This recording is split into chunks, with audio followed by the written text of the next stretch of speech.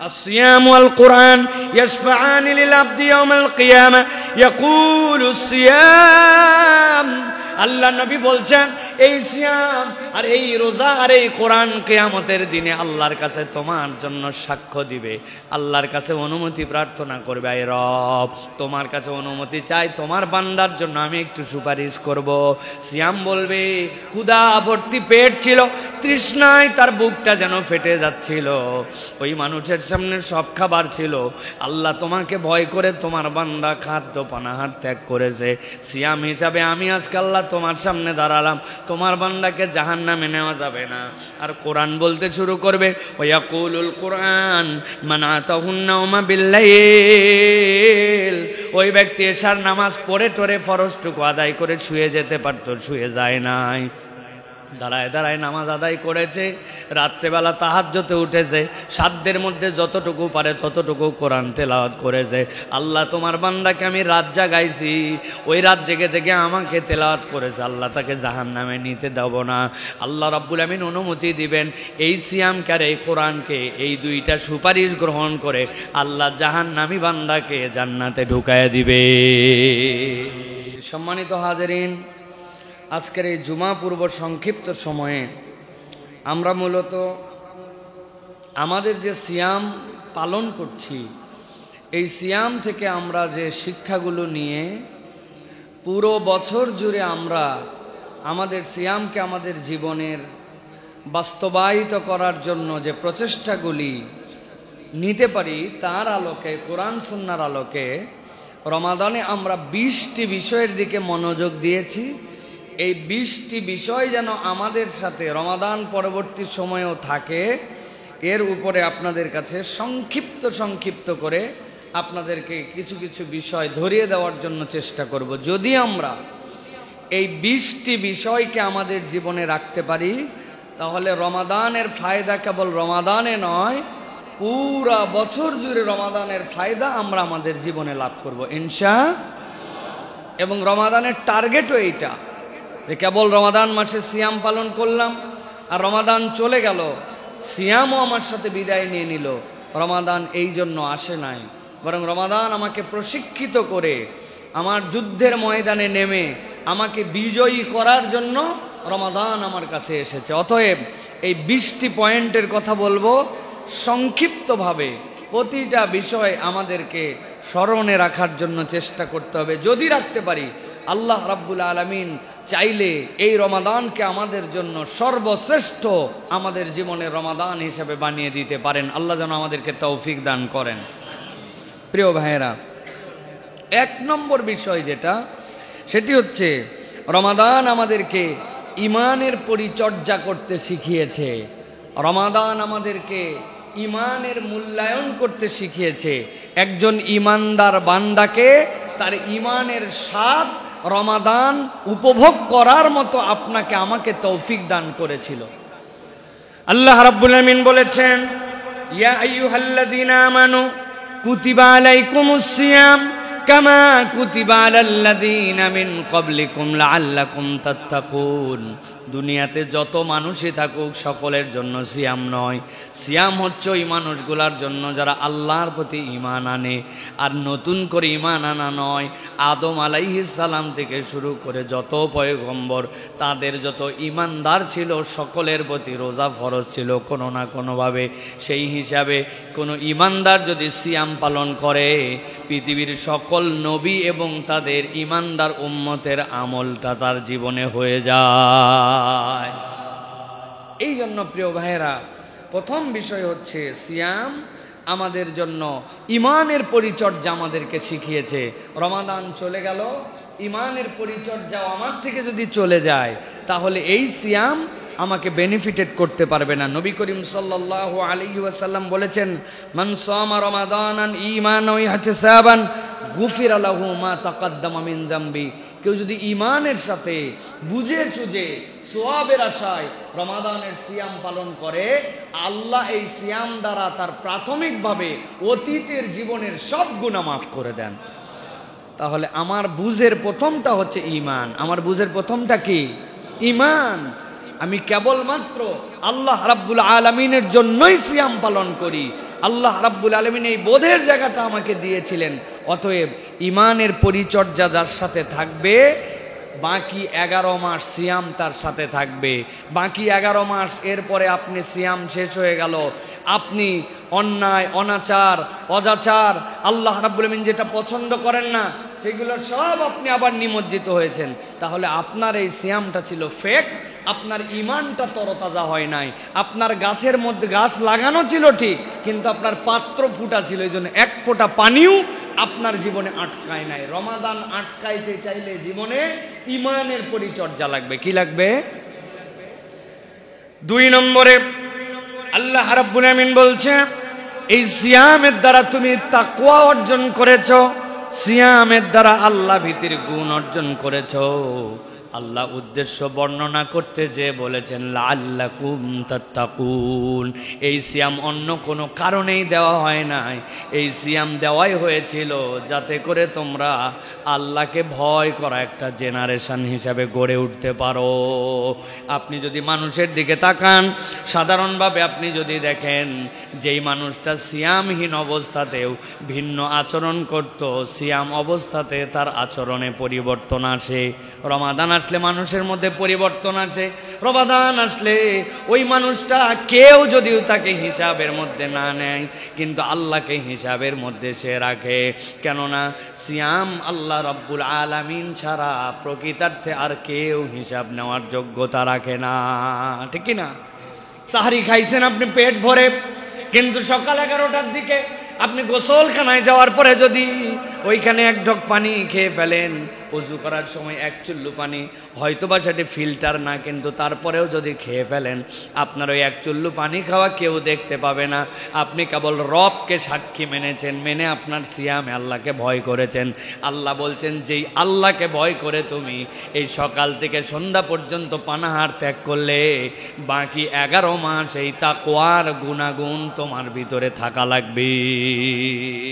তাকওয়ার গুণাগুণ যদি আমাদের মধ্যে থাকে, হিসাব কিতাব করে যদি চলি, আল্লাহ রাব্বুল আলামিন তাহলে এই সিয়ামকে আমার সাথে রাখবেন। আর সিয়ামও শেষ, চাঁদ রাত থেকেই মনে করেন ডিস্কো ড্যান্স শুরু হয়ে গেল, সেই রাত্রে চাঁদ উঠলো, ফজরে আর মুসল্লি খুঁজে পাওয়া গেল না।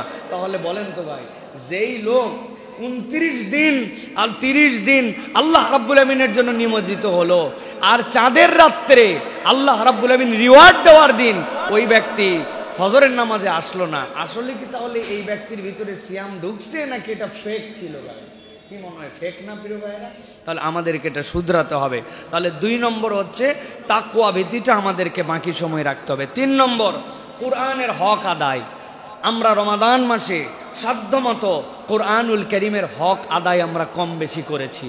আল্লাহ রাব্বুল আলামিন বলছেন, শাহরু রমাদান আল্লাযী উনজিলা ফীহিল কুরআন হুদাল লিন-নাস ওয়া বাইয়িনাতিম মিনাল হুদা ওয়াল ফুরকান ফামান শাহিদা মিনকুমুশ শাহরা ফালইয়াসুম।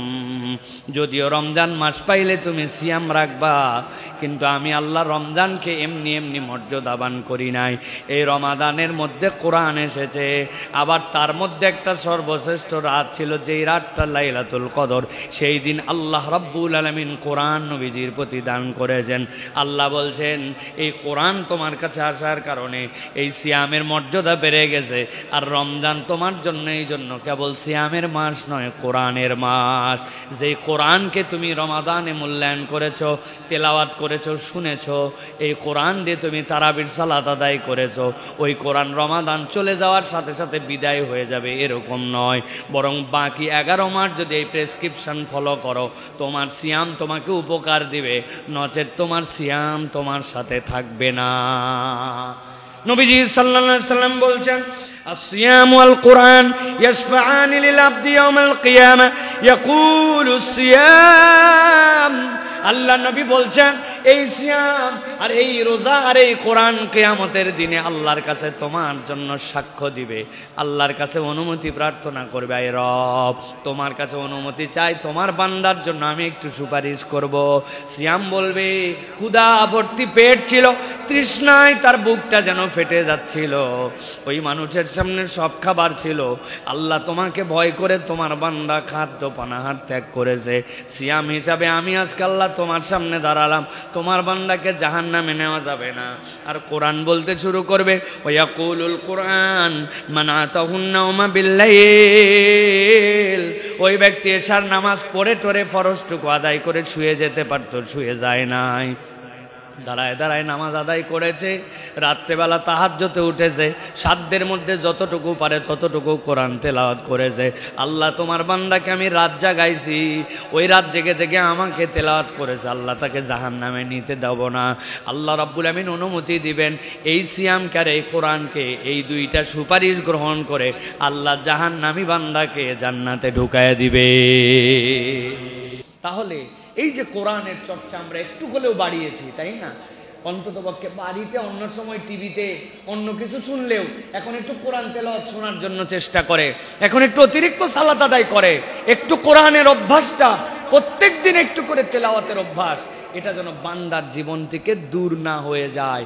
বান্দা সিয়ামের পরবর্তী জীবনেও তার জীবনের ওজিফা থাকবে এভরিডে কমসে কম 10টা মিনিট কোরআনের সাথে সে সম্পৃক্ত থাকবে। যদি আমরা এই কোরআনকে ধারণ করে রাখতে পারি, রাতের সালাত যদি বাদ না দেই, রাতে যদি কোরআন তেলাওয়াত অব্যাহত রাখি, সিয়াম বেনিফিট আপনাকে আমাকে 12 মাস দিবে। আর কোরআনহীন যদি আমার অবস্থা হয়ে যায়, রমাদানও শেষ কোরআনও শেষ, তাহলে এই রমাদান আপনার আমার সাথে থাকবে না। 4 নম্বরে আল্লাহ রাব্বুল আলামিনের সন্তুষ্টি অর্জনের আন্তরিক প্রচেষ্টা। আমরা খেয়াল করলে দেখবেন রমাদানে মানুষের মনের মধ্যে আল্লাহকে সন্তুষ্ট করার জন্য তার আন্তরিক প্রচেষ্টা অনেকাংশেই ছিল। ওই ব্যক্তি হাজার ক্ষুধার্ত থাকার পরে যেরকম খায় নাই, সাহায্য কেউ চেয়েছে তাকে সহমর্মী হয়ে গেছে, ওই ব্যক্তিটা সালাতে মনোযোগী হয়েছে, ঘুম ঘুম চোখ ছিল তারপরেও না ঘুমায়া আবার দৌড়ায় দৌড়ায় মসজিদে আসছে। সাধ্যের মধ্যে ওই বান্দা ইফতার করাইছে বান্দাকে, সাধ্যের মধ্যে ওই বান্দা মুখের মধ্যে থেকে যে বাজে কথা এগুলা ত্যাগ করেছে। অন্য সময় কথা বললেও চিন্তা করছে আমি এখন চোখ দিয়ে যেটা দেখবো, রোজা থেকে তো এইটা দেখতে পারি না। তার মানে তার মধ্যে একটা আন্তরিকতা ছিল। আল্লাহ বলছেন কোনো বান্দা যদি রমাদানের আন্তরিকতাটা বাকি সময়টুকু ধরে রাখে, এই রমাদানের শিক্ষা তাকে 11 মাস বেনিফিটেড করবে। আর সে যদি আন্তরিকতাহীন হয়ে যায়, আনুষ্ঠানিকতা সর্বস্ব ইবাদত গুজার হয়, এই সিয়াম তার জন্য বেনিফিট দিবে না। বহু মুসল্লি আমাদের আছে ভাই, যারা কেবলমাত্র জুমার দিনেই কেবলমাত্র সালাত আদায় করে, ওই জুমা ছাড়া তাদেরকে কোনোভাবে আর খুঁজে পাওয়া যায় না। জুমার দিনেও তাও আসে কোন সময়, 1:15টার পরে আসে। ওরা জানে খতিব সাহেব কোন সময় ওঠে, কোন সময় খুতবা দেয়। এই রকম ভিআইপি মুসল্লি, এইগুলাকে আন্তরিকতা বলা যাবে না, এইগুলা হচ্ছে নিরেট আনুষ্ঠানিকতা সর্বস্বতা। ইসলাম বলছে ইসলাম কোনো আনুষ্ঠানিকতা সর্বস্ব ধর্ম নয়, বরং ইসলাম তোমার আন্তরিক উপস্থাপনাটা দেখতে পায়। আপনি কম করেন, অল্প করেন, আপনি আপনার সাধ্যের মধ্যে সেইটা যদি দিল দিয়ে করেন, আন্তরিকভাবে করেন, নিরেট আল্লাহর জন্য করেন, আল্লাহ ওইটুকুই কবুল করে নিতে পারেন, ঠিক কিনা? আল্লাহ এই জন্য কোরআনে বলছে, ইব্রাহিম আলাইহিস সালামের সাক্ষ্য, কুল ইন্না সালাতি ওয়া নুসুকি ওয়া মাহইয়ায়া ওয়া মামাতি লিল্লাহি রাব্বিল আলামিন। বলে দেন আমার সালাত আর নুসুক মানে আমার ইবাদতের সমস্ত অনুষ্ঠান।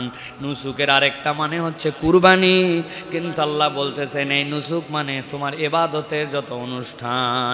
ওয়া মাহইয়ায়া ওয়া মামাতি, আমার জীবন আর আমার মরণ, এইগুলা কারো জন্য নয়, ডেডিকেটেড একমাত্র আল্লাহর জন্য। কেননা জীবনদাতাও যিনি, মৃত্যুদাতাও তিনি। আমার জীবন আমি আনিও নাই, আমার জীবন আমার ইচ্ছা মতো আমি সংরক্ষণও করতে পারবো না, ঠিক না? কি আমার যোগ্যতা আছে যে আমি আমার জীবনকে, আমার মন চাইলো আমি 200 বছর পর্যন্ত বাঁচবো? আমার দ্বারা সম্ভব নয়। আমি আমার ইচ্ছা মতো এই দুনিয়ায় আসতে পারি নাই আল্লাহ, তাহলে আমার জীবন আমার মরণ তোমার জন্য, অতএব আমার কাজগুলি আমার ইবাদতগুলি নিরেট তোমার জন্য, তোমার নির্দেশনা অনুযায়ী। বান্দা যখন এই ফিলটা হৃদয়ের মধ্যে নিবে তখন ইবাদত বন্দেগীগুলা তার জন্য অনন্য হবে। আর এই ফিল যদি না থাকে তাহলে তার ইবাদতগুলো আনুষ্ঠানিকতা সর্বস্ব হবে। এইগুলো অনেক সময় সামাজিকতা হবে, অনেক সময় লোক দেখানো হবে, অনেক সময় আপনার হৃদয় দিয়ে উপভোগ করতে পারবেন না, আপনার কাছে বোঝা বোঝা মনে হবে, ঠিক কিনা ভাই? এই জন্য প্রিয় ভাইরা, আমাদেরকে অন্তর দিয়ে দিল দিয়ে আল্লাহ রাব্বুল আলামিনের জন্য ইবাদত বন্দেগীতে আমাদেরকে মনোযোগী হতে হবে। 5 নম্বরে, সকল ফরজ হুকুমের প্রতি আপনাকে যত্নবান হতে হবে। আপনি যদি রমাদানের বেনিফিট ধরতে চান, আল্লাহ রাব্বুল আলামিনের যত ফরজ হুকুম এইটাতে আপনাকে পাবন্দী হতে হবে। একটা কথা মনে রাখবেন, সারা জীবনের জন্য দুনিয়ায় সকল নফল যদি এক জায়গায় করেন, সকল তাহাজ্জুদ যদি এক জায়গায় করেন, দুনিয়ার সকল দান সদাকা যদি এক জায়গায় করেন, আল্লাহর একটা ফরজ ইবাদতের সমান হবে না। 100 বছরের জিন্দেগিতে আপনি 1 লাখ রাকাত নামাজ পড়তে পারেন নফল, কিন্তু একটা ফজরকে যদি 1 লাখ রাকাত দিয়ে ইকুয়াল করেন, একটা ফজরের 2 রাকাত নামাজের সমান হবে না। কেননা ফজরটা ফরজ আর বাকিটা নফল। আল্লাহ বলছেন, বান্দা যদি ফরজে যত্নবান হয়, আল্লাহ রাব্বুল আলামিন বান্দার প্রতি দয়াবান হয়ে যান। বান্দাকে ফরজের প্রতি যত্নবান হতে হবে প্রিয় ভাইরা। এই জন্য এই ফরজ আমরা কেমন করে যত্নবান হয়েছিলাম, হাদিসটা তো পরিষ্কার। হযরতে রাসূলুল্লাহ সাল্লাল্লাহু আলাইহি ওয়াসাল্লাম বলছেন, কুল্লু আমাল ইবনে আদামা ইউদাআফুল হাসানাতু আশরু আমসালিহা ইলা 700 দিফিন। একটা বান্দা যখন কোনো কাজ করে, আল্লাহ এটা 10 থেকে 700 গুণ পর্যন্ত রব্বুল আলামিন বাড়ায় দিতে পারেন।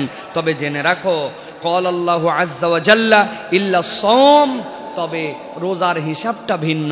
আল্লাহ রাব্বুল আলামিন বলছেন, ফা ইন্নাহু লি ওয়া আনা আজজি বিহি ইয়াদউ শাহওয়াতাহু ওয়া তাআমাহু মিন আজলি সাইম লি আজলি লিসাইম। তবে জেনে রাখো, আমি যে কোনো ইবাদতের সওয়াব 10 থেকে 700 গুণ বাড়াতে পারি, তবে রোজা না, সিয়াম না। কেননা সিয়ামটা বান্দা আমার জন্যই কেবল রেখেছিল, ওইটার জন্য কি দিব কেবলমাত্র আমি রব জানি। সুবহানাল্লাহ।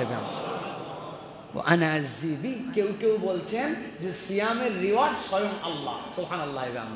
রোজাদারের 2টা আনন্দ, একটা যখন সে ইফতার করতে বসে, আরেকটা যখন জান্নাতে আল্লাহ রাব্বুল আলামিনকে দেখতে পাবে। সুবহানাল্লাহ। যেমন তেমন দরজা দিয়ে ঢুকানো হবে না, এটা কমন গেট না, এটা ভিআইপি গেট। আরে দোয়ান আল্লাহ রাব্বুল আলামিন ওই দিক দিয়ে বান্দাদেরকে ঢুকাবেন। তোমরা আলাদা, তোমরা আল্লাহর জন্য সিয়াম পালন করেছিলে, তোমার শাহওয়াতকে, তোমার প্রবৃত্তিকে তুমি নিয়ন্ত্রণ করেছিলে, এটা আল্লাহর নির্দেশনা ছিল। তোমার মন অন্যদিক চলে গিয়েছিল, ফেসবুকে একটা ছবি চলে আসছিল, চোখ নামায় ফেলছিল, ইউটিউবে খারাপ কিছু ওই সময় দেখে নাই, মনের কল্পনা আসছিল, ত্যাগ করেছে। এটা দুনিয়ার কেউ বুঝতে পারতো না, আল্লাহর সাথে সম্পর্কিত ছিল। আল্লাহ বলছেন, এর জন্য সাওমুলি ও আনা আযজিবি, বান্দা সবগুলো হিসাব করে দিব, কিন্তু সিয়ামেরটা বললাম না, ওই দিন যাওয়ার পরে যা লাগবে তাই দিব। সুবহানাল্লাহ। অতএব প্রিয় ভাইরা, এই যে ফরজের প্রতি যত্নবান হওয়া, আমরা যেরকম এই ফরজে যত্নবান হয়েছি, আমাদের বাকি ফরজগুলোতেও যত্নবান হতে হবে। আমি যেরকম চিন্তা করেছি যে আমার মুখ দিয়ে যেন আমি ওই অজু করার সময় অনেক সময় গড়গড়া করি, রোজার মাসে গড়গড়া করার সময় ভাবছি, রে বাবারে ভিতরে যদি পানি চলে যায় তাহলে তো আমার অবস্থা খারাপ হয়ে যাবে। তার মানে আপনি কতটুকু হিসাব করছেন, তাই না? এখন যেই বান্দা রমজান মাসে গড়গড়া করলে 1 ফোঁটা পানি ভিতরে যায় চিন্তা করে, ওই বান্দা সচিবালয়ে বসে লাখ লাখ টাকা সাইজ করে ফেলে, আছে না ভাই? রাস্তা খায় ফেলে, আছে না ভাই? দুর্নীতি করে, আছে না? পাসপোর্ট অফিসে যান, দুর্নীতি, পুলিশের কাছে যান, বলে দুর্নীতি ছাড়া কোনো কাজ হয় না। তো যেই বান্দা রমাদানে 1 ফোঁটা পানি খাওয়ার মতো ফরজে যত্নবান, ওই বান্দা যদি বাকি ক্ষেত্রে দুর্নীতি পরায়ণ হয়, তাহলে এই সিয়াম তাকে বেনিফিট দিছে ভাই? মনে হয় না, এই সিয়াম তাকে বেনিফিটেড করে না। এই জন্য সকল ফরজ হুকুমের প্রতি আমাদের যত্নবান হতে হবে। 6 নম্বরে, হালাল উপার্জন এবং হারাম বর্জন। আমরা হারামকে বর্জন করেছি রমাদানে, আমাদের জন্য যেগুলো হারাম ছিল সেইগুলো আমরা তো গ্রহণ করিই নাই, উল্টা হালাল গুলাকেও আল্লাহ যেটা মানা করেছেন সেইগুলোও আমি নিষেধাজ্ঞার মধ্যে নিয়ে আসছি। আল্লাহ এই জন্য বলছেন, ইয়া আইয়ুহার রাসূলু কুলু মিনাত তাইয়্যিবাতি ওয়া'মালু সালিহা ইন্নী বিমা তা'মালুনা আলীম। আল্লাহ বলছেন, ও আমার হাবিব, আপনি কেবল হালালই খাবেন না, আপনি তৈয়ব খান। আমি আপনাদের কাছে বহুবার বলেছি, বিসমিল্লাহি আল্লাহু আকবার বলে একটা মুরগি আপনার হালাল টাকায় কেনা, আপনি জবাই করছেন, জবাই করার পরে এখন আপনাকে কেউ একজন খুলে টুলে আপনারে দিয়ে দিছে, চামড়া টামড়া ছাড়ায়া ড্রেসিং করে আপনারে দিছে যে এই যে আপনার জন্য মুরগি। বলেন তো, বিসমিল্লাহ আল্লাহু আকবার বলার পরে হালাল টাকায় কেনা এই মুরগি ড্রেসিং করে আপনারা যদি দেয়, এখন এই কাঁচা গোস্ত খাওয়া জায়েজ না না জায়েজ? কি মনে হয় আপনাদের কাছে? জায়েজ। আপনার তো জবাইয়ের যে প্রক্রিয়া, সেই প্রক্রিয়া হয়ে গেছে, আপনার এটা বৈধ হয়ে গেছে আপনার জন্য, কিন্তু এইটা আপনার জন্য তৈয়ব নয়। আল্লাহ বলছেন, আমি কেবল তোমাকে হালালি খেতে বলি নাই, আমি তোমাকে তৈয়ব খেতে বলেছি, পবিত্র। এইটা যেন সবচেয়ে বেস্ট হয়। একটা বান্দা মুরগি এরকম করে হালাল হওয়ার পরে তারপরে কাঁচা গোস্ত খায় না, রান্না বান্না কত ধরনের মশলা, স্বাদ, শেষে বেরেস্তা, শেষে কত কিছু দিয়া তারপরে খায়। আল্লাহ বলছেন, একটা বান্দার সামনে বিভিন্ন ধরনের রিজিক আসতে পারে, ওই বান্দাও কেবলমাত্র খেয়ে ফেলবে এরকম নয়, সেটা সন্দেহ মুক্ত কিনা, এটার মধ্যে কোন রকম হারাম যুক্ত কিনা ভেবে ভেবে সেইটাকে গ্রহণ করবে। এইটা হচ্ছে ইমানদারের চরিত্র হবে। আল্লাহ বলছেন, রমাদান তোমাকে এই দীক্ষা দিয়েছে, এই শিক্ষা দিয়েছে, অতএব হারাম বর্জন আপনার আমার জীবনের শপথ হবে। কোন রকম হারাম আপনার আমার জীবনের সাথে সম্পৃক্ত হবে না। আল্লাহ যেন আমাদেরকে তৌফিক দান করেন। প্রিয় ভাইয়েরা, এই জন্য প্রিয় ভাইয়েরা, নবী করিম সাল্লাল্লাহু আলাইহি ওয়াসাল্লাম বলেছেন, যাকার রাজুলু ইউতিলু সফর, এমন একজন ব্যক্তি দেখা গেল, নবী বর্ণনা করতেছেন, যার চেহারার মধ্যে সফরের বিশাল চিহ্ন। আল্লাহ নবী সাল্লাল্লাহু আলাইহি সাল্লাম বলছেন যে এরপরে তার চেহারাটা ধুলিমলিন, বহু দূর থেকে সে সফর করে আসছে, দেখলেই তার জন্য মায়া লাগে।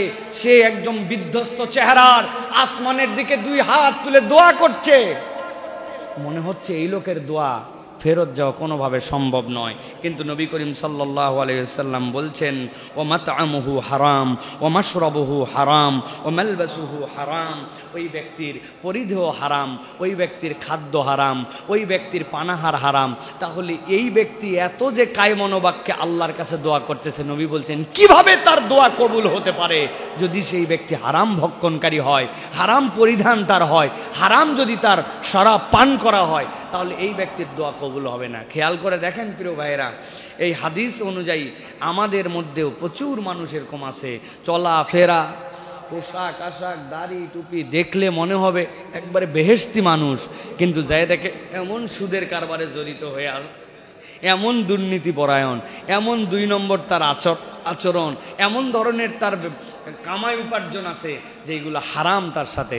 অতএব এই মানুষের দোয়া আল্লাহ রাব্বুল আলামিনের কাছে কবুল হবে না। এই জন্য প্রিয় ভাইরা, হারাম যেখানে, ইমানদার নাই সেখানে। এটা হচ্ছে রমাদানের শিক্ষা আপনার আমার জন্য। হারাম মানে সেটার সাথে আমার কোনো সম্পর্ক নাই, সেটার থেকে আমি বহু দূরে থাকবো, এটা আমার শপথ হতে হবে প্রিয় ভাইয়েরা। 7 নম্বরে, উন্নত নৈতিকতা এবং উত্তম চরিত্র গঠন। এই রমাদান আমাকে চারিত্রিক দীক্ষা দান করেছে। নবী করিম সাল্লাল্লাহু আলাইহি ওয়াসাল্লাম বলেছেন, ইজা সুমতা ফালিয়াসুম সামউকা ওয়া বাসারুকা ওয়া লিসানুকা ইনদাল কাযিবি ওয়াল মাহারিমি। আল্লাহ নবী সাল্লাল্লাহু আলাইহি ওয়াসাল্লাম বলছেন, তুমি যদি রোজা রাখো তাহলে তোমার চোখকে রোজা রাখাও, তোমার কানকে রোজা রাখাও, তোমার মুখকে রোজা রাখাও। কানকে অবৈধটা শোনায়ও না, চোখকে অবৈধটা দেখায়ও না, মুখকে অবৈধ কথা বলিও না। নবী করিম সাল্লাল্লাহু আলাইহি ওয়াসাল্লাম বলছেন, এইটা হচ্ছে তোমার জন্য আধ্যাত্মিক শিক্ষার প্র্যাকটিস। আল্লাহ রাব্বুল আলামিন এইটা আপনাকে আমাকে নিয়ামত হিসেবে দান করেছেন। এখন রোজাও শেষ, আমার সিয়ামও শেষ। রোজাও মানে চাঁদ রাতও শেষ, আমি একটা বেহায়াপনা, বেলাল্লাপনার জিন্দেগির মধ্যে চলে গেলাম। এর থেকে দুর্ভাগ্যজনক আর কিছু হতে পারে না। এই জন্য প্রিয় ভাইয়েরা, যে উন্নত এবং নৈতিক চরিত্র সিয়াম আমাকে দিল, সিয়াম পরবর্তী ওই দীক্ষাটা আপনার আমার ভিতরে যদি রাখতে চাই, তাহলে ওই শিক্ষাটা আপনাকে আমাকে ধরে রাখতে হবে প্রিয় ভাইয়েরা। ওই দীক্ষাটা, ওই বোধের জায়গাটা আপনাকে আমাকে জাগ্রত রাখতে হবে। আমরা কতকগুলো ক্ষেত্রে দেখি, মানে এইগুলা মানুষের সামনে, মানে কিছু আছে না যে মানুষের চক্ষু লজ্জাও যখন উঠে যায় তখন অবস্থাটা খারাপ হয়। রমজান মাসে কিছু কিছু উপস্থাপিকা আছেন, তারা হিজাব লাগায় খবর পড়ে, আর চাঁদ রাত থেকে এগুলো সব আবার আলগা হয়ে যায়। মানে একটা ফাজলামি, একটা ইসলামের নির্দেশনাকে উপহাস, এইগুলো আমরা অনেক ক্ষেত্রে অনেক সময় দেখতে পাই। প্রিয় ভাইরা, আপনার আমার জীবনে যেন এরকম না হয়, যেই মহিলা তারাবির নামাজ পড়তে এসেছেন অথবা রমজান মাসে বাহিরে বেরিয়েছেন একটা সুন্দর শালীন পোশাক পরে, ওই মহিলাই ঈদের দিনে এমন বেহায়াপনা, এমন বেলাল্লাপনা পোশাক পরে তিনি ঘুরতেছেন যে এইটা তার একটা মুসলিম আইডেন্টিটির সাথে যায় না।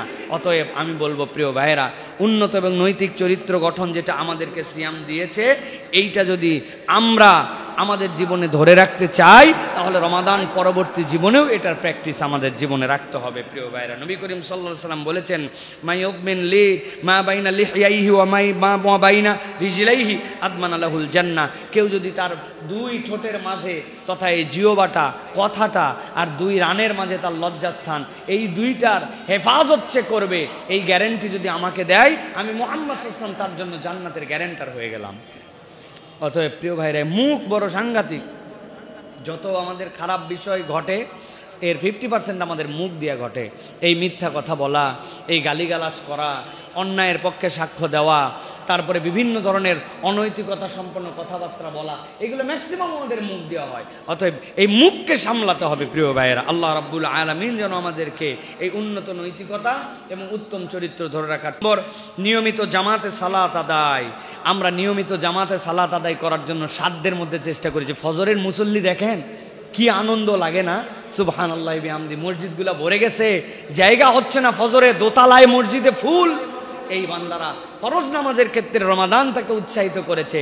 আল্লাহ কোরআনুল কারীমের মধ্যে বলছেন, ইন্নাস সালাতা কানাত আলাল মুমিনিনা কিতাবাম মাওকুতা। আল্লাহ রাব্বুল আমিন এটা তোমাদের জন্য ফরজ করেছেন ওয়াক্ত মতো। অতএব রমাদানের পরবর্তীও যেন আমরা এই ফরজ নামাজের পাবন্দি করি, আমরা যেন এই ফরজ নামাজগুলা নিয়মিত চর্চা করি। প্রিয় ভাইরা, 9 নম্বর, সকল পাপাচার থেকে পরিত্যাগ। এই মাসে যদি আমরা পাপাচার পরিত্যাগ না করি, আমার তো সিয়ামই হবে না। নবী করিম সাল্লাল্লাহু আলাইহি সাল্লাম বলেছেন, মাল্লাম ইয়াদা কাওলাজ জুরি ওয়াল আমাল বিহি ফালাইসা লিল্লাহি হাজাতুন ফি আন ইয়াদা তুআমাহু ওয়া শারাবাহু। তার না খেয়ে থাকা আর তার খাদ্য ত্যাগ করার কোনো দরকার নাই। যেই লোক সিয়াম আছে বলতেছে, আবার যে পাপাচার, অনাচার, যে বিভিন্ন ধরনের অন্যায়, এইগুলো ত্যাগ করতে পারে না, এইগুলা লোকের এই না খেয়ে থাকার কোনো দরকার নাই। আল্লাহ রাসূল সাল্লাল্লাহু আলাইহি ওয়াসাল্লাম এরকম হুমকি দিয়েছেন। এখন না খেয়ে থাকা আমাদের রমাদানের যদি উদ্দেশ্য হয়, তাহলে তো ভাই এটা আমার সিয়ামই হলো না। তাহলে সিয়াম রাখলে আপনার আমার জন্য পাপাচার ত্যাগ করতে হবে, রফাস ত্যাগ করতে হবে, আল্লাহ রাব্বুল আলামিন যেগুলো অপছন্দ করেন সেইগুলোর থেকে আমাকে ত্যাগ করতে হবে। এই প্র্যাকটিসটা যদি ইমানদাররা 11 মাস ধরে রাখে, এই সমাজটা একটা বেহেশতি সমাজে রূপান্তর হয়ে যাবে ইনশাআল্লাহ। এই জন্য রমাদান থেকে আমাদেরকে সিদ্ধান্ত নিতে হবে সকল প্রকার পাপাচার আমরা পরিত্যাগ করব। প্রিয় ভাইয়েরা, এই জন্য নবী করিম সাল্লাল্লাহু আলাইহি ওয়াসাল্লাম তার জীবনে যতগুলো হাদিস বলেছেন, এর মধ্যে সবচেয়ে সাংঘাতিকতম একটা হাদিস হচ্ছে, নবীজি বলছেন, রাগিমা আনফু রাজুলিন দাখালা আলাইহি রমাদানা সুম্মান সালাখা ক্বাবলা আন ইয়াগফিরাহু। কোন ব্যক্তির কাছে রমাদান প্রবেশ করলো আর ওই রমাদান থেকে সে ক্ষমা করে নিতে পারলো না, আল্লাহ নবী বলছেন তার নাকগুলা ধুলামলিন হোক। নাক ধুলামলিন হওয়া মানে আরবরা বুঝতো সে ধ্বংস হয়ে যাক। তাহলে রমাদান পাওয়ার পরে যদি আমি আমার পাপাচার মুক্ত জিন্দেগি দিয়া, আমি আমার অন্যায় অপরাধ দূর করে দিয়ে আমি যদি গুনাহমুক্ত হয়ে জান্নাতি না হতে পারি, নবী বলছেন সে ধ্বংস হোক। আচ্ছা বলেন তো, নবী করিম সাল্লাল্লাহু আলাইহি ওয়াসাল্লাম যদি কারো ধ্বংসের জন্য দোয়া করে, এই লোকের বাঁচার উপায় আছে?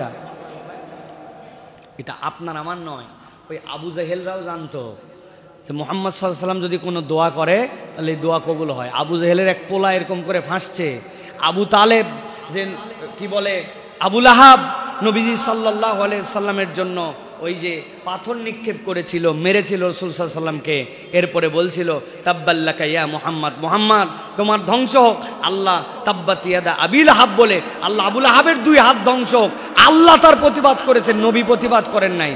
নবী করিম সাল্লাল্লাহু আলাইহি ওয়াসাল্লাম শুধু বলে দিয়েছিলেন ও তার ছেলের বেয়াদবির কারণে যে তোমার ধ্বংস অনিবার্য, ধরা খাইয়ে যাবা তুমি। এইটুক কথা বলা মাত্র সে বুঝছে মুহাম্মদ যখন বলছে ধরা খাবে, তার আর কোনো উপায় নাই। অথচ আল্লাহ রাসূলের প্রতি ঈমান নাই, কাফেলার মধ্যে নিয়ে গেছে, সব সময় সতর্ক করে মাঝে মাঝে রাখে, কিন্তু মাঝরাতে শুইছে, একটা নেকড়ে বাঘ এসে তাকে মটকায় ঘাড় শেষ করে দিছে। সে বলছে আমি আগেই জানতাম মুহাম্মদ ওই দিন যে বদদোয়া করছে, আল্লাহর নবী সাল্লাল্লাহু আলাইহি সাল্লামের প্রতি ঈমান না এনেও বেঈমানরাও বিশ্বাস করতে যে মুহাম্মদ সাল্লাল্লাহু আলাইহি সাল্লাম যা বলে ওইটা ফলে যাবে। অতএব আপনি আমি রমাদান মাসে রোজা পাইলাম, তারপরেও চিন্তা করলাম আমার ইচ্ছা মতো আমি চললাম, চোখের গুনাহ বাদ দিলাম না, কানের গুনাহ বাদ দিলাম না, মনের গুনাহ বাদ দিলাম না, চিন্তা করছি সবাই না খাইয়ে আছে, আমিও না খাইয়ে থাকলাম। নবীজি বলছেন রোজা পাইলো আর আল্লাহর কাছে ক্ষমা করাই নিতে পারলো না, তার নাক ধুলে মলিন হোক। নবী করিম সাল্লাল্লাহু আলাইহি ওয়াসাল্লামের এই বদদোয়ার মধ্যে আমরা যেন না পড়ে যাই। আল্লাহ যেন আমাদেরকে ক্ষমা করে দেন, আল্লাহ যেন আমাদেরকে ক্ষমা নেওয়ার মতো তৌফিক দান করেন, বলেন আল্লাহুম্মা আমিন। 10 নম্বরে নিয়মানুবর্তিতা এবং শৃঙ্খলাবদ্ধ জীবনযাপনের অনুশীলন। রমাদান আমাদের জীবনকে শৃঙ্খলাবদ্ধ করেছে, ঠিক না ভাই? আজকে শেষ রাত্রে আমার উঠতে একটু দেরি হয়ে গেছে, উঠতে মানে জাগা পাই নাই, কেমনে যে এমন ঘুম আসলো। উঠার পরে দেখি আর মাত্র 4 মিনিট আছে, চিন্তা করলাম 20 দিন তো রোজা রাখছি আলহামদুলিল্লাহ, 4 মিনিট আছে, আজকে বাড়িতেও আমার কেউ নাই, সিঙ্গেল আমি একাই, অতএব ঘরটর অন্ধকার করে আমি 5:30 পর্যন্ত চালায় দিতে পারি, সমস্যা আছে ভাই? আল্লাহর জন্যই তো সিয়াম রাখবো, 5-7 মিনিটের দিকে ওদিক করলে এমন কি হবে? কোনো ঝামেলা আছে ভাই? ঝামেলা আছে? যদি ঝামেলা থাকে তাহলে ওই আমার বাড়িতে কেউ থাকলেও, আগে উঠলেও পরে উঠলেও, আমার শৃঙ্খলার জীবন সাহারি আমাকে এনে দিছে, ইফতার আমার শৃঙ্খলার জীবন এনে দিয়েছে আমার জন্য, আমার নামাজ আমার শৃঙ্খলার জীবন এনে দিয়েছে, আমার চোখকে শৃঙ্খলাবদ্ধ করেছে। তুমি রোজা আছো, তুমি যা ইচ্ছে তাই দেখতে পারো না। একজন গন্ডগোল লাগাইছে, আপনি ওই গন্ডগোলে যে অংশগ্রহণ করতে পারেন না। আপনার আমার লাইফটা পুরো শৃঙ্খলার মধ্যে আসছে, খেয়াল করে দেখেন, চমৎকার একটা যেরকমই হোক একটা শৃঙ্খলাবদ্ধ জীবন আসছে আপনার আমার জন্য। অতএব ইসলাম আমাকে বলতেছে এই নিয়মানুবর্তী জীবন, এই জীবনটা আপনাকে অনুসরণ করতে হবে। একটা চমৎকার হাদিস আছে নবী করিম সাল্লাল্লাহু আলাইহি সাল্লাম থেকে, নবী করিম সাল্লাল্লাহু আলাইহি সাল্লাম থেকে হাদিস এসেছে, আহাব্বুল আমালি ইলাল্লাহি তাআলা আউদামুহা ওয়া ইন কাল্লা। আল্লাহর নবীর কাছে ওই আমলটাই পছন্দ যেটা ধারাবাহিকভাবে হয়, যদিও তা ছোট্ট হয়, যদিও তা সংক্ষিপ্ত হয়, যদিও তা কম হয়, কিন্তু ধারাবাহিকভাবে ওই আমল বাদ দেয় না। হযরত আয়েশা সিদ্দিকা রাদিয়াল্লাহু তাআলা আনহা বলছেন, ওয়া কানাত আয়েশাতু ইযা আমিলাতিল আমালু লাজিমাতহু।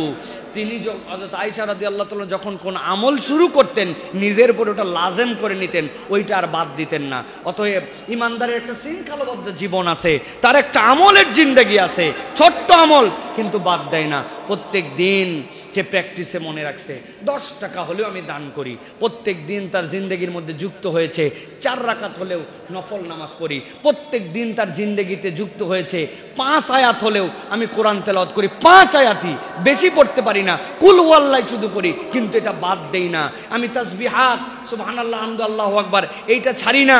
ওই বান্দা যা আমল করুক একটা নিয়ম অনুবর্তিতার মধ্যে তার লাইফ স্টাইলকে নিয়ে আসছে। হাজার ব্যস্ততা আছে, নামাজের পরে ফজরের পরে ইখলাস ফালাক নাস হাতের মধ্যে ফু দিয়া নিজের গা বন্ধ না করে ওঠে না, একটা আমল হয়তো, কিন্তু এইটা দুনিয়া একদিক, তার জীবন একদিক। তার আমল যদি এরকম কমও হয় কিন্তু নিয়মতান্ত্রিক হয়, আল্লাহ বলছেন আল্লাহ ওই বান্দার আমলটুকু অনেক বেশি আমলকারী অনিয়মিত ওই আমলের থেকে আল্লাহর কাছে এটা মর্যাদা বেশি হয়ে যায়। সুবহানাল্লাহ। অতএব আপনার আমার জীবনে নিয়মতান্ত্রিকতা রাখতে হবে, যে ধারাবাহিকতা রাখতে হবে, কিছু না কিছু আমল এটা রমাদানের পরেও যেন আমার জীবন থেকে বিচ্যুত না হয়, এটা রমাদান আমাকে শিখেছে। 11 নম্বর, ঝগড়া বিবাদ পরিহার করে শান্তিপূর্ণ জীবনযাপনের চর্চা করা। ঝগড়া বিবাদ, সিয়ামকারী আর ঝগড়া বিবাদকারী এক হতে পারে না, এই দুইটা গুণ কখনো এক হতে পারে না। আমরা যেরকম বলি তেল আর পানি কখনো মিশে না, আমরা বলি না মাঝে মাঝে, ঠিক একই রকম ভাবে একজন ঝগড়াকারী মুখ খারাপকারী এই লোক আর সায়েম এই দুইজনে এক হতে পারে না, হয় তার ঝগড়া থাকবে নয় তার সিয়াম থাকবে, দুইটার একটা তার সাথে যুক্ত হবে। নবী করিম সাল্লাল্লাহু আলাইহি ওয়াসাল্লাম বলছেন আস-সিয়ামু জুন্নাহ ফালা ইয়ারফুস ওয়ালা ইয়াজহাল ওয়া ইন ইমরুউ কাতালাহু আও শাতামাহু ফালিয়াকুল ইন্নী সাইমুন মাররাতাইন। তোমার সিয়াম যদি তোমার সাথে থাকে, এই সিয়াম হচ্ছে তোমার জন্য ঢাল স্বরূপ। নবীজি বলছেন সে অশ্লীলতা করবে না, সে মূর্খতার মতো কাজ করবে না। কোনো ব্যক্তি যদি তার সাথে ঝগড়া করতে আসে, তার সাথে মারামারি করতে আসে, সে যেন 2 বার বলে আমি রোজাদার, আমি রোজাদার, আমি তোমার সাথে গন্ডগোল ফাসাদ করতে পারবো না, আমি তোমার সাথে ঝগড়া বিবাদ করতে পারবো না। তাহলে ইমানদার এই যে ঝগড়া বিবাদ মুক্ত তার জীবন চর্চা শুরু করলো, এইটা সিয়াম শেষ হওয়ার পরেও তার জীবনে থাকবে না। ঝগড়া যেখানে, ইমানদার থাকবে না সেখানে। আর আমাদের অভ্যাস কি, যেখানে ঝগড়া হয় আর পারি না পারি আশপাশ দিয়ে ঘিরে ধরি। বাস একটা চলে যাচ্ছে, বাসের জানলায় বসে আছে, দেখে চাপ চাপ এই জায়গায় ঘিরে রাস্তার মধ্যে, বামের দিকে খেয়াল করে দেখে 2 জন ঝগড়া চলতেছে। উনি এগুলো চেনেও না জানেও না, কিন্তু বাসের ভিতর থেকে সিগন্যাল দিচ্ছে এই হাত থাকতে মুখ দিয়ে ঘিরে মার মার, এই বলে বাস চলে গেল। হয়তো উনার সাথে কোনোদিন তার দেখা হবে না, কিন্তু 2টা ডায়লগ দিয়ে গেছে ওই জায়গাতে, হাত থাকতে মুখ দিয়ে কি মার মার 2 বার বলে উনি উস্কাই দিয়ে চলে গেল। এরকম অভ্যাস আমাদের অনেকের আছে না ভাই? হুদা মিশা যে কোনো ঝগড়াতেই ফাঁপড় দেয়। হ্যাঁ, বহুত দিন ধরে তোর দেখতেছি খালি মুখ দিয়ে বলিস, বেটা তোর একটা শক্তি টক্তি কিছু নাই, 2টা লাগাই দে 2টা ব্যাকল কোথাকার। উনি ঝগড়া ছুটায় না, উনি বাদায়। ইমানদারের চরিত্র কখনো এটা হতে পারে না।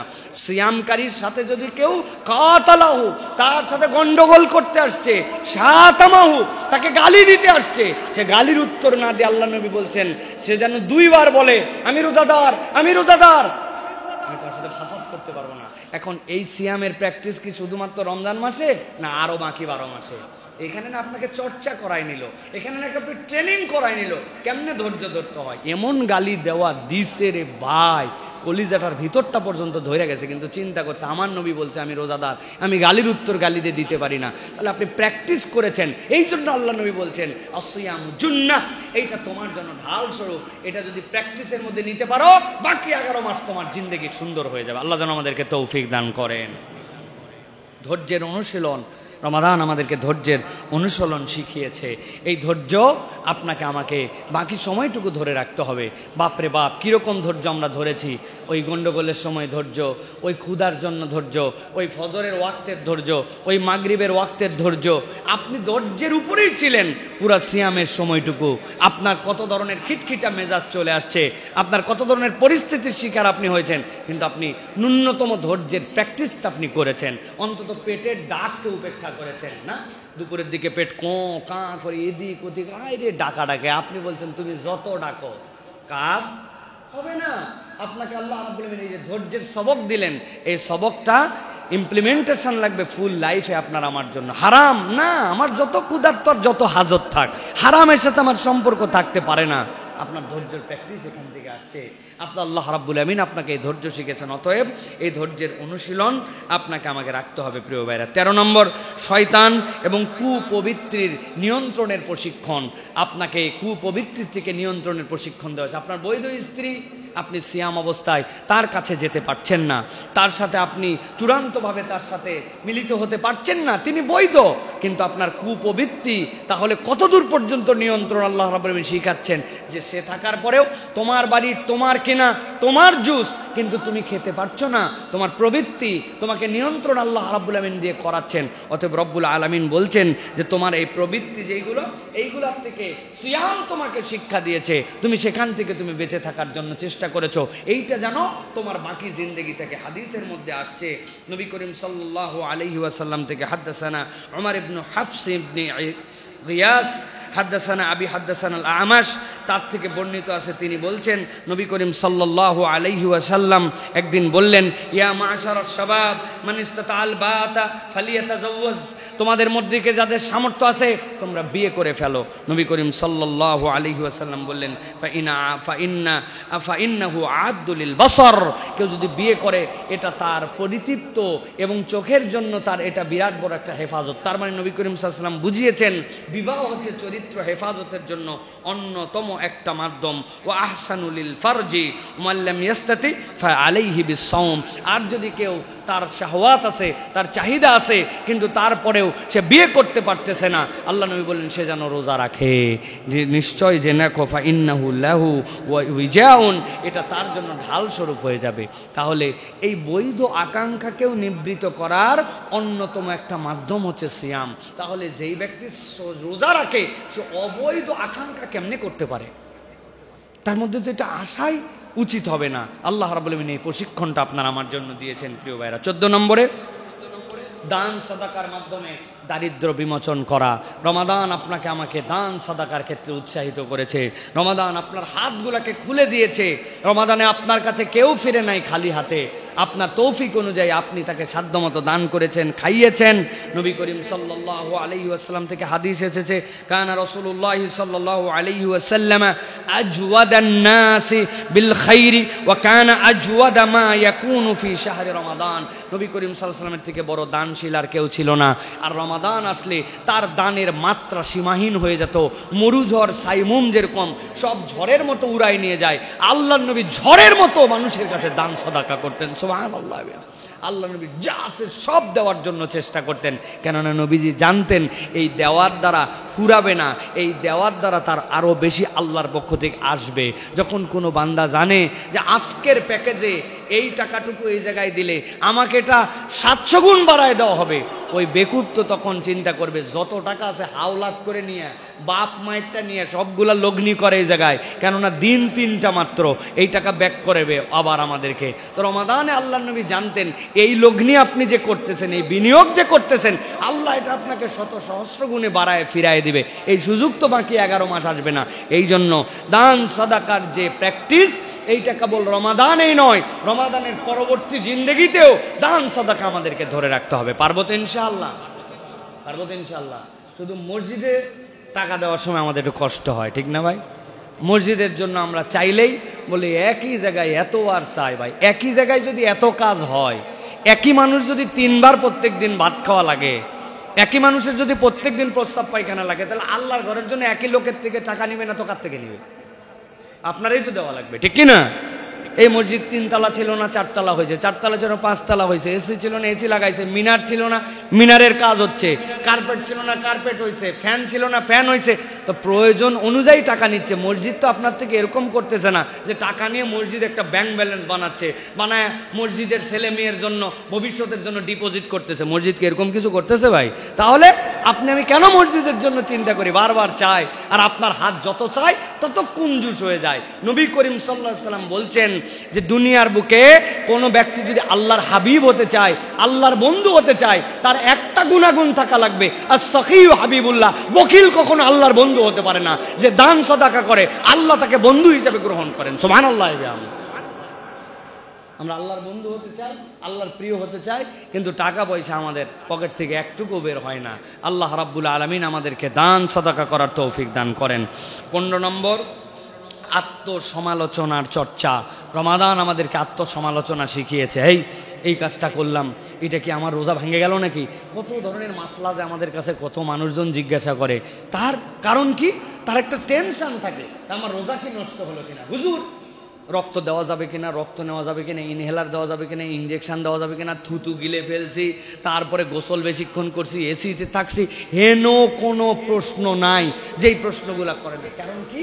ওই ব্যক্তি রোজাটাকে গুরুত্বপূর্ণভাবে নিয়েছে, এইটার মাসলা মাসাইল জানার চেষ্টা করে, এটার জন্য খুঁত না হয় এই আত্মসমালোচনা করে চলার চেষ্টা করে। রমাদানে এই প্র্যাকটিস করে, আর রমাদান যখন চলে যায় আমাদের কোনো আত্মসমালোচনার কোনো ধার ধারি না। আমরা যা ইচ্ছা তাই আমার জীবনযাপন, এটা কোনো ইমানদারের চরিত্র হতে পারে না। এই জন্য নবীজি বলছেন, মান সামা রমাদান ঈমানান ওয়া ইহতিসাবান গুফিরা লাহু মা তাকাদ্দামা মিন যামবিহি। কোন ব্যক্তি যদি ঈমান এবং তাই ব্যক্তি যদি আল্লাহ রাব্বুল আলামিনের কাছে সওয়াবের আশায় সে যদি সিয়াম পালন করে, আল্লাহ রাব্বুল আলামিন ওই ব্যক্তির জন্য এমন নিয়ামত দিবেন যেই নিয়ামত আল্লাহ রাব্বুল আলামিন আর কাউকে দেন নাই, কেননা হিসাব করে সে ইবাদত করেছে। এই হিসাব করে ইবাদত করার কারণে অতীতের গুনাহ খাতা মাফ হয়ে যাবে। প্রিয় ভাইয়েরা, আত্মসমালোচনার চর্চা। তাহলে এটা গেল আমাদের 15 নম্বর। বলবো কয়টা বলছি? 20টা। ভালো করে খেয়াল করেন। 16 নম্বর, সহমর্মিতা এবং ভ্রাতৃত্ববোধের চর্চা। শাহরুল মুআসাত। রমাদানের নাম কি? ভ্রাতৃত্বের মাস, সহমর্মিতার মাস, ভালোবাসার মাস। আপনি যে ভালোবাসা নিয়ে এই রমাদানকে উদযাপন করেছেন, এই মুআসাতটা আপনাকে ধারণ করে রাখতে হবে। আমি তৃষ্ণার কষ্ট বুঝেছি, আমি ক্ষুধার কষ্ট উপভোগ করেছি, আমি বুঝতে পেরেছি যে বান্দার নিয়মতান্ত্রিক জীবন যাপন এটা কত গুরুত্বপূর্ণ। এই যে আপনার মধ্যে একটা আল্লাহ রাব্বুল বোধের জায়গা জাগ্রত করেছেন, আপনি যদি এটা কল্পনার জায়গায় নেন তাহলে ইনশাআল্লাহ এই সহমর্মিতাটা আমাদের সমাজের মধ্যে ছড়িয়ে পড়বে। এই সহমর্মিতা যদি আমাদের সমাজের মধ্যে ছড়ায় তাহলে আল্লাহ রাব্বুল আলামিন আপনার আমার জন্য নিয়ামত বাড়ায় দিবেন। নবী করিম সাল্লাল্লাহু আলাইহি সাল্লাম বলছেন, মান ফাত্তারা সাইমান কানা লাহু মিসলু আজরিহি গায়রা আন্নাহু লা ইয়ানকুসু মিন আজরিস সাইমি শাইআ। কোন ব্যক্তি যদি রোজাদারকে একটা অর্ধেক খেজুর দিয়া, কিচ্ছু নাই, এক গ্লাস পানি দিয়ে ইফতার করায়, ওই রোজাদার সারাদিন সিয়াম পালন করে যে সোয়াব, আল্লাহ তার আমল নামায় সম পরিমাণ সোয়াব দান করবেন। তবে বান্দা জেনে রাখো, তোমার আমল থেকে ওই রোজাদার আবার চিন্তা করে, হ্যাঁ সারাদিন আমি রোজা থাকছি, তোর এক গ্লাস পানি খাই আমার রোজার ভাগ সব দিব তোরে। নবী বলছেন লা ইয়ানকুসু, কিচ্ছু কমানো হবে না, আজরু শাইয়ান, তার প্রতিদান কমবে না, কিন্তু ওই ব্যক্তি নিয়ামত পেয়ে যাবে। সুবহানাল্লাহি ওয়া বিহামদিহি। আমি তো মাঝে মাঝে এই জন্য বলি, আর মাত্র কয়টা দিন আমার হাতে আছে, আপনার পকেটে সন্ধ্যার আগ দিয়ে বাড়ির থেকে ছোট্ট পলিথিনের মধ্যে 3টা করে খেজুর 10টা পকেটের মধ্যে ঢুকায় রাখছেন। বিকালবেলা আপনার বন্ধু, আপনার বান্ধব, আপনার ছোট ভাই আপনার মসজিদে দেখা হয়েছে, ভাই আজকে আমার খেজুরটা থেকে কিন্তু আপনি সিয়াম করবেন, আপনার নিয়ত বিশুদ্ধ, কেউ বলতে পারবে না যে কি রে 3 খেজুর দিচ্ছে কেন। ভাই 3 খেজুর না, অর্ধেক খেজুর দেওয়ার কথা নবী বলছেন, কিন্তু আমার টার্গেট থাকবে আমার যেন রোজাদার একটাও মিস না হয়। আপনি বাড়িতে তো প্রত্যেক দিনই রোজা করেন, করে মসজিদে নামাজ পড়তে আসেন, একদিন 10টা প্যাকেট ছোট্ট বানায় নিয়ে এই দারুসালাম টাওয়ারের নিচে চলে আসছেন, এই ফুটওভার ব্রিজের নিচে দাঁড়াইছেন, কত বেকায়দায় পরে কত মানুষ বাসে করে যাচ্ছে, বেচারি রোজা আছে, হয়তো একটা পানি আছে তার গ্লাসে, কিছু না কিছু তো আছে, কিন্তু ওই ব্যক্তিটাকে একটুখানি জালনা দিয়ে 10টা মানুষকে দিলেন, 10টা সিএনজি আলাকে দিলেন, আপনি যে নিয়ামতটা দিলেন, এই নিয়ামতটা আপনি জানেন না কত মর্যাদা আপনার জীবনে এনেছে। নবীজি বলছেন এইটা আপনাকে ওই রোজাদারের সারা দিনের সিয়ামের সমান সওয়াব দান করে দিবে। সুবহানাল্লাহ। এই জন্য খাওয়ান ভাই, প্রত্যেক দিন কিছু না কিছু। আপনার বাড়ির নিচের যে গার্ডগুলি আছে তারা কোথাও না কোথাও থেকে খায়, তাদেরকে দেন, কিন্তু 1 দিন 2 দিন তার জন্য পাঠান, 1 দিন 2 দিন এ বাড়িতে ও বাড়িতে পাঠান। এটা একটা সৌহার্দ্য বিনিময়, এটা একটা ভালোবাসা বিনিময়। সিয়ামের সময় এই যে ভালোবাসা, এর থেকে সুন্দর ভালোবাসা হয় না। আমার বইয়ের একটা প্র্যাকটিস আপনাদেরকে বলি, আপনারা তো ইফতার দেন অনেক, তাই না? কিন্তু সাহারি পাঠাইছেন কোনোদিন কারো বাড়িতে? এই মেয়ে হচ্ছে একটু ইউনিক মেয়ে, সে হচ্ছে ভিন্ন রকম কিছু অ্যাপ্লিকেশান তার, অমুক বাড়িতে বলে দিচ্ছে যে ভাবি আজকে সকালে সাহারিটা কিন্তু আমি পাঠাই দেবো, আপনারা ওইটা কষ্ট করেন না। সে এক বাড়িতে, তার পড়োশি, তার ডানের বাড়ি বামের বাড়িতে, সেই জায়গায় সাহারি পাঠাইছে। আপনি সাহারি পাঠাইছেন কোনোদিন? পাঠানো খুব জরুরি না, কিন্তু এই যে রমাদান আপনার মধ্যে সহমর্মিতা, ভালোবাসা তৈরি করলো, আপনার মধ্যে একজনের আরেকজনের বন্ধন তৈরি করলো, এটা লৌকিকতা নয় কেবল, এটা একটা ভালোবাসার সম্পর্ক আপনার আমার জন্য। প্রিয় ভাইরা, এই জন্য এই ভালোবাসাটুকু রমাদানের পরবর্তীতেও আপনার আমার মধ্যে ধরে রাখতে হবে। মানুষকে খাওয়ানো, এর থেকে উত্তম ইবাদত কিছুই নাই। নবীজির কাছে জিজ্ঞাসা করেছে আইউল আমালি আফদাল ইয়া রাসূলুল্লাহ, নবীজি বলছেন মানুষের জন্য, নবী করিম সাল্লাল্লাহু আলাইহি ওয়াসাল্লাম আইউল আমালি আফদাল ইয়া রাসূলুল্লাহ, নবীজি বলছেন আতইমুত তুআম, মানুষকে খাওয়াও। আমরা অপব্যাখ্যা করে হাদিসের অর্থ বের করছি, এইটার মানে হচ্ছে গরিবকে খাওয়াও। আছে না ভাই? আতিমুত তুআম মানে গরিবকে খাওয়াই, অনুবাদ কে বানালো ভাই? গরিবকে খাওয়ানোর ফজিলত আছে, আল্লাহ আলাদা মর্যাদা দিয়েছেন, কিন্তু নবী বলছেন কোটিপতি হোক, ট্রিলিয়নিয়ার হোক, বিলিয়নিয়ার হোক, আতিমুত তুআম, তুমি মানুষকে খাওয়াও। এই মানুষকে খাওয়ানোটা স্বয়ং একটা ইবাদত, এবং এটাই শ্রেষ্ঠতম ইবাদত। সুবহানাল্লাহ। অথবা আমাদেরকে এটার জন্য চর্চা করতে হবে।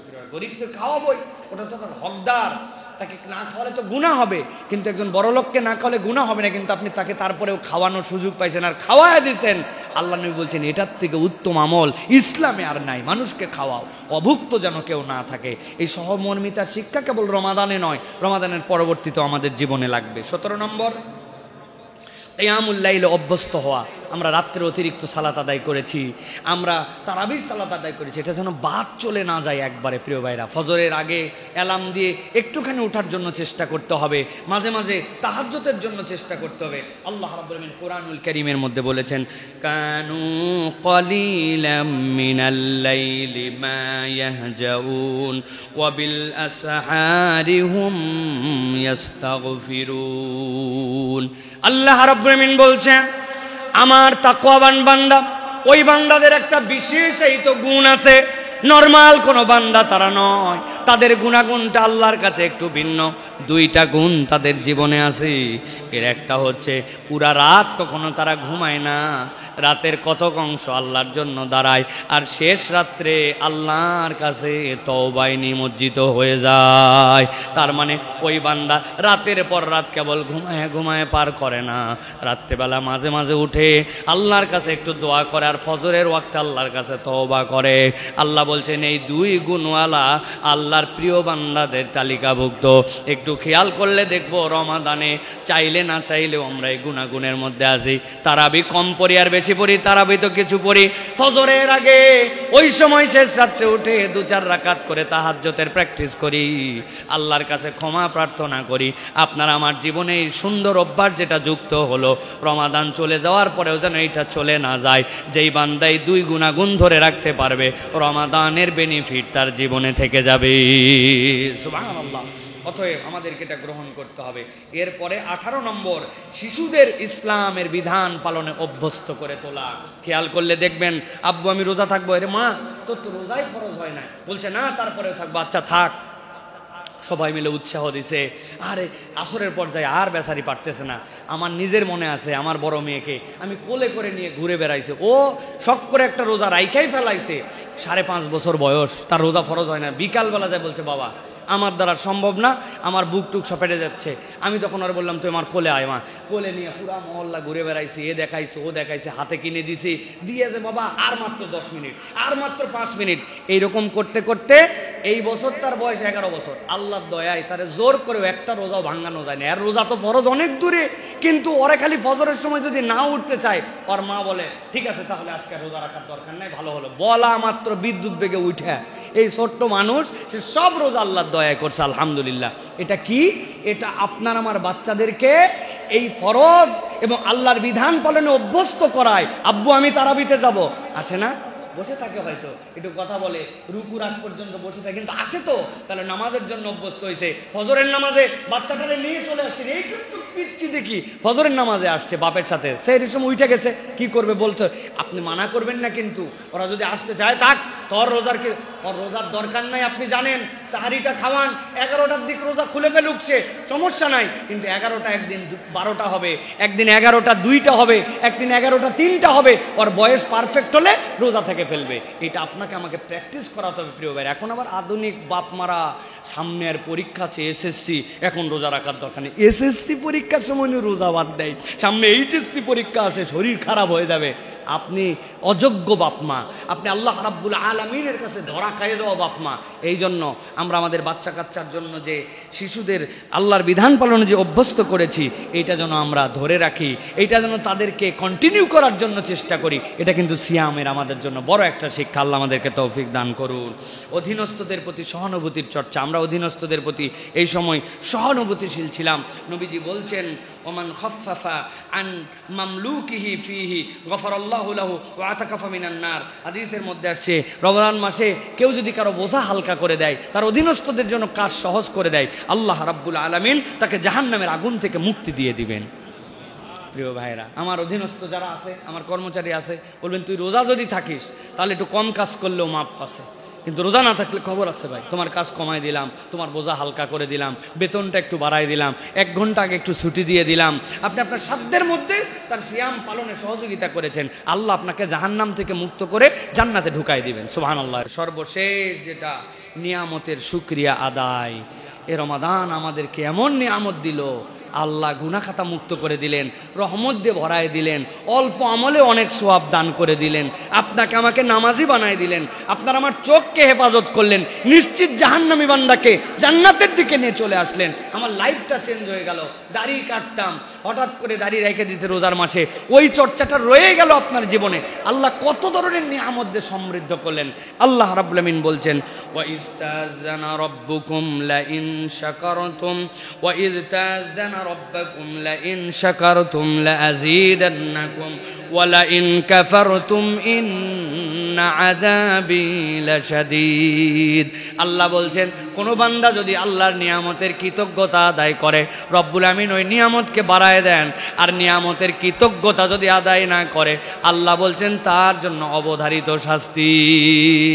আমি আমার ভাষায় বলি, প্রিয় ভাইরা, আমরা আল্লাহর যে কোনো নিয়ামতকে যদি সুন্দর করে আমার জীবনে ধরে রাখতে চাই, তাহলে কৃতজ্ঞতার কোনো ব্যতিক্রম নাই। আপনি যদি কৃতজ্ঞ না হন, তাহলে আল্লাহ রাব্বুল আমিন নিয়ামত আপনি ধরে রাখতে পারবেন না। আমাদের আর মাত্র কয়েকটা দিন বাকি আছে।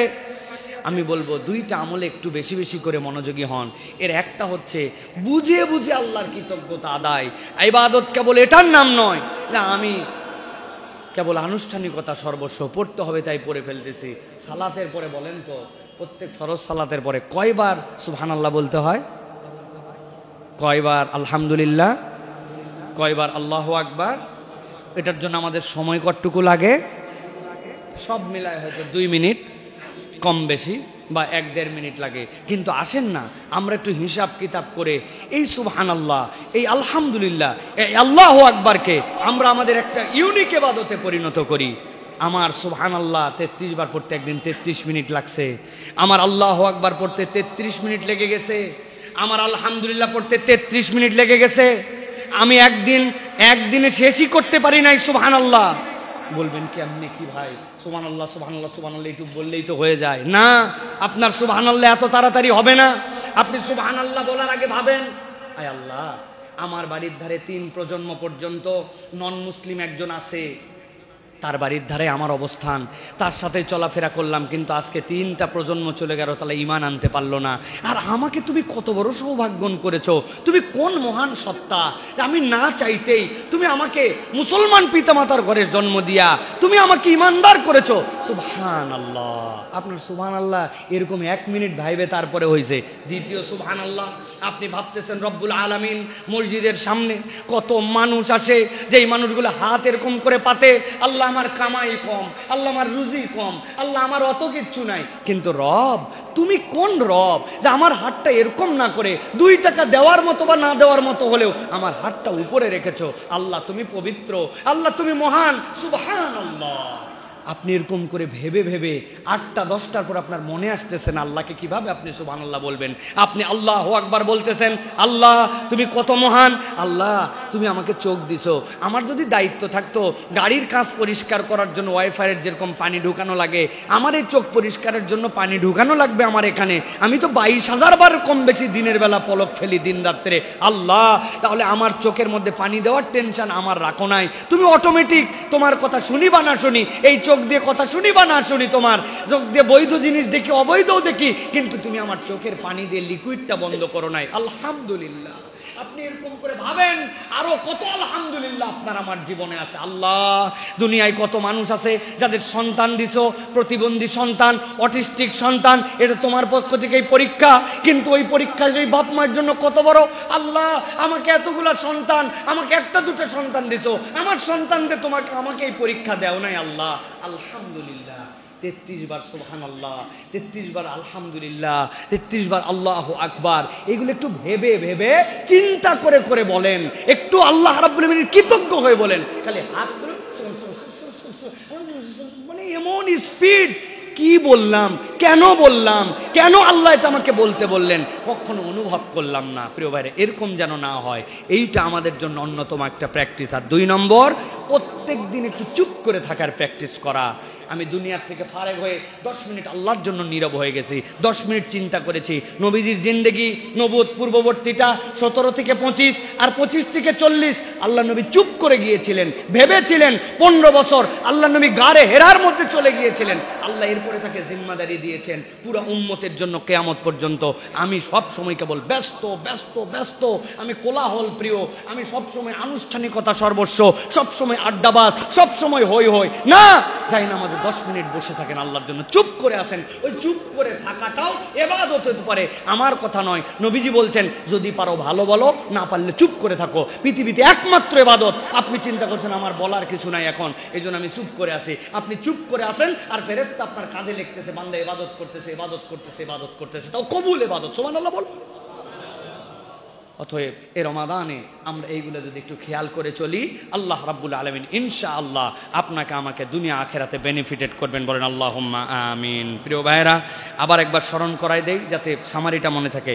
1 নম্বর বলেছি ইমানের পরিচর্যা, 2 নম্বর তাকওয়া, 3 নম্বর কোরআনের হক আদায়, 4 নম্বর আল্লাহর সন্তুষ্টি অর্জনের জন্য প্রচেষ্টা, 5 নম্বর সকল ফরজ বিধানের প্রতি যত্নবান হওয়া, 6 নম্বর হারাম বর্জন করা, 7 নম্বরে উন্নত নৈতিক চরিত্র গঠন, নিয়মিত এরপরে বলেছি জামাতে সালাত আদায়, 9 নম্বর সকল পাপাচার পরিত্যাগ করা, 10 নম্বর নিয়মানুবর্তী এবং শৃঙ্খলাবদ্ধ জীবনযাপন, 11 নম্বর ঝগড়া বিবাদ আমার জীবনে থাকবে না, গালিগালাজ আমার জীবনে থাকবে না, 12 নম্বর ধৈর্যের অনুশীলন, 13 নম্বর শয়তান এবং তার কুপ্রবৃত্তি থেকে নিজেকে নিয়ন্ত্রণ করা, 14 নম্বর দান সদাকা, 15 নম্বর আত্মসমালোচনার চর্চা, 16 নম্বর সহমর্মিতা এবং ভ্রাতৃত্ববোধ বৃদ্ধি, 17 নম্বর কিয়ামুল লাইলে অভ্যস্ত হওয়া, 18 নম্বর শিশুদেরকে আল্লাহর বিধান প্রতিপালনে মনস্থ করা, এরপরে 19 নম্বর অধীনস্থদের প্রতি সহানুভূতি, আর 20 নম্বর আল্লাহর নিয়ামতের শুকরিয়া আদায়।